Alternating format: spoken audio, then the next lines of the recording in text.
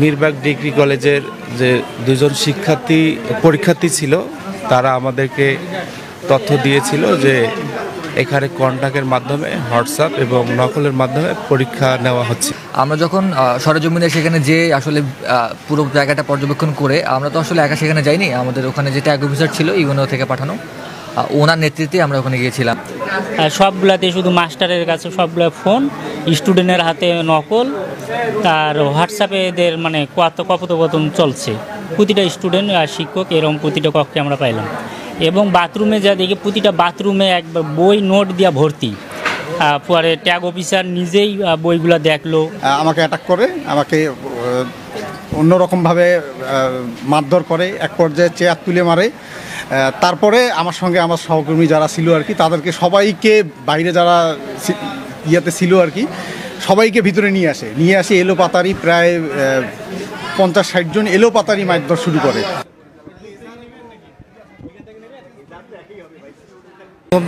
প্রথমে তো ওরা মানে 1তলা থেকে 5তলা পর্যন্ত গেল, সরেজমিনে সব কিছু পেয়েছে। পাওয়ার পরে যখন প্রিন্সিপালের রুমে আসার পরে ওই সময় প্রিন্সিপালের বক্তব্য নেওয়া হচ্ছে। প্রিন্সিপাল বক্তব্য দেওয়ার সময় বলতেছে, তোমরা বাবা যেভাবে আছো সেভাবে আর ফিরে যাওয়ার পাবা না। হ্যাঁ, তোমাদের রিস্ক নেব না, তোমাদের কি হবে সেটা আমার জানা নেই। তার কিছুক্ষণ পরেই মানে বিএনপির কিছু ছেলে আর কিছু ছাত্র, নামধারী ছাত্র, তারা এসে আমাদেরকে ডেকে নিয়ে যায়। মানে প্রথম দিকে ওরা হাতাহাতি শুরু করছে।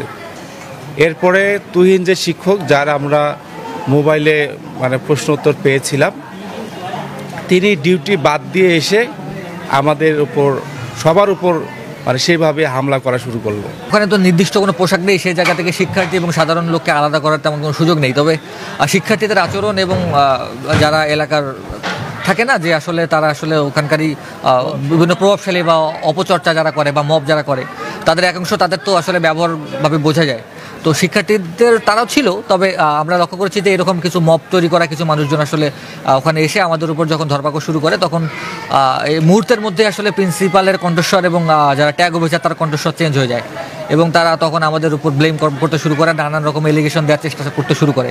কিন্তু তারা আসলে তাদের এইসব এলিগেন্স দেওয়ার আগেই আমরা আমাদের কার্ডটা পাস করেছি। এই কারণে আসলে আমরা তথ্যগুলো দিতে পারবো আমাদেরকে যে আসলে ওরা যেগুলো বলতে সেগুলো ভুল ছিল, এবং আমাদের যে তথ্যগুলো আমরা দিয়েছি সেগুলো আমাদের কাছে সব রেকর্ড আমাদের কাছে আছে।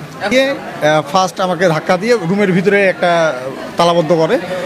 তালাবদ্ধ করার পরে কিছুক্ষণ পরে উনি সব স্টুডেন্টদেরকে উস্কাই দিচ্ছে, এই তোমাদের স্যারকে এরকম অপমান করতেছে, তোমরা দাঁড়ায় কি দেখতেছো, যা মারো যায় ওদেরকে, তোমরা এই ধরনের এইভাবে ওদেরকে মারলে নেক্সট টাইম তোমাদের এর চেয়ে আরও বড় ফেসিলিটি দেওয়া হবে পরীক্ষার মধ্যে, তোমরা যাও। এই যে শিক্ষার্থীটা পাইল একটা সুযোগ, এই সুযোগে তারা আসিয়ে তালা ভাঙিয়ে ওই রুম থেকে আমাদেরকে প্রথম আমাকে অ্যাটাক করে, আমাকে অন্যরকমভাবে মারধর করে, এক পর্যায়ে চেয়ার তুলে মারে।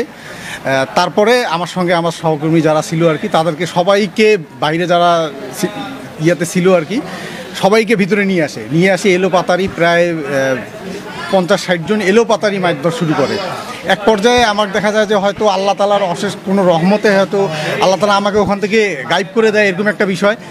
আমি কোনো রকমভাবে দরজাটা খুলে জাস্ট একটু বের হওয়ার পরে আমাকে ওখানকারই এক গ্রামবাসী আমাকে বলে যে ভাই আপনি এদিক দিয়ে আসেন, এদিক দিয়ে দেওয়াল পার হয়ে চলে যান। আমি দেওয়াল পার হয়ে ওখান থেকে বের হয়ে গেছি অনেক ইয়ার মধ্যে।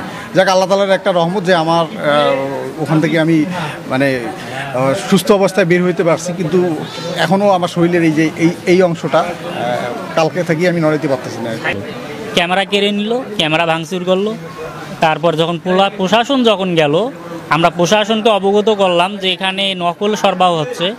প্রশাসন গিয়ে কোনো পদক্ষেপ না নিয়ে উল্টো ওদেরকে সহযোগিতা করলো। ওদেরকে বলতেছে আগে আপনারা মারেন, তারপর আমরা দেখব ব্যাপারটা।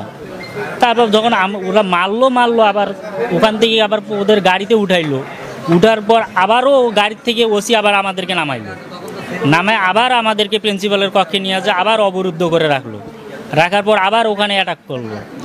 যেহেতু সমাজের চতুর্থ স্তম্ভ, আমাদেরকে কাজ করার সুযোগ দেওয়া উচিত, আমার দেওয়া হোক, এবং যারা আমাদের এই কাজ করতে দেয়নি এবং যারা আমাদেরকে বিভিন্নভাবে, আমার কিন্তু শরীরে অনেকগুলো জখম, আমাদের প্রেসক্রিপশনে লেখা আছে, আপনিও দেখলে দেখতে পারবেন, সেমভাবে সবার কাছেই।